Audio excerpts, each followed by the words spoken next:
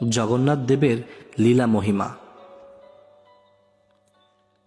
কুরুক্ষেত্রের যুদ্ধের পর প্রায় অনেক দিন কেটে গেছে। শ্রীকৃষ্ণ তখন দ্বারকায়। একদিন তিনি গাছের উপর পা ঝুলিয়ে বসেছিলেন। তার রাঙা চরণকে পাখি ভেবে ভুল করে বান মেরে বসল এক শবর। নাম ছিল তার জরা। বানের আঘাতেই অবশেষে বৈকুণ্ঠ লোকের উদ্দেশ্যে যাত্রা করলেন কৃষ্ণ। অপঘাতে শ্রীকৃষ্ণের মৃত্যুর খবর পেয়ে অর্জুন ছুটে এলেন দ্বারকায়।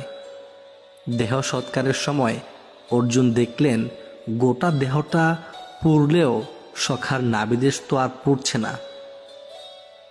তখনই হলো দৈববাণী, ইনি সেই পরম ব্রহ্ম। অর্জুন, একে সমুদ্রে নিক্ষেপ করো, সমুদ্রেই ওর অনন্ত শয়ন। অর্জুন তাই করলেন। ঢেউয়ে ভাসতে ভাসতে এগিয়ে চলল পরম ব্রহ্ম সেই নাভি। আর তাকে লক্ষ্য করে সমুদ্রের তীর ধরে ছুটে চলল অনার্য সেই শবর জরা। শেষ অবধি তার বাণেই মৃত্যু হলো ভগবানের। দ্বারকা থেকে পুরী পর্যন্ত ছুটে চলা।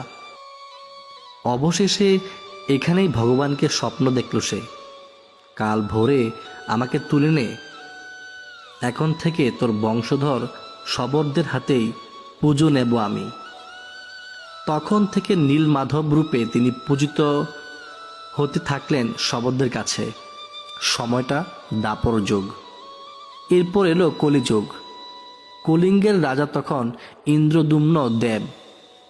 তিনি ছিলেন বিষ্ণুর ভক্ত। সেই উদ্দেশ্যে তিনি গড়ে তুললেন একটি মন্দির শ্রীক্ষেত্রে। এখন আমরা তাকে চিনি জগন্নাথ ধাম রূপে, কিন্তু মন্দিরে বিগ্রহ নেই। রাজসভায় একদিন কথা প্রসঙ্গে তিনি জানতে পারলেন নীল মাধবের কথা। ইনি নাকি বিষ্ণুরই এক রূপ। অমনি চারদিকে লোক পাঠালেন রাজা। এদের প্রত্যেকেই ধার্মিক ব্রাহ্মণ তনয়। বাকিরা খালি হাতে ফিরে এলেও ফিরলেন না একজন, বিদ্যাপতি। তিনি জঙ্গলের মধ্যে পথ হারালে তাকে উদ্ধার করলেন সুন্দরী শবর কন্যা ললিতা। নিয়ে এলেন তাদের বাড়ি। ললিতা শবররাজ বিশ্ব বসুর কন্যা। ললিতার প্রেমে পড়লেন বিদ্যাপতি।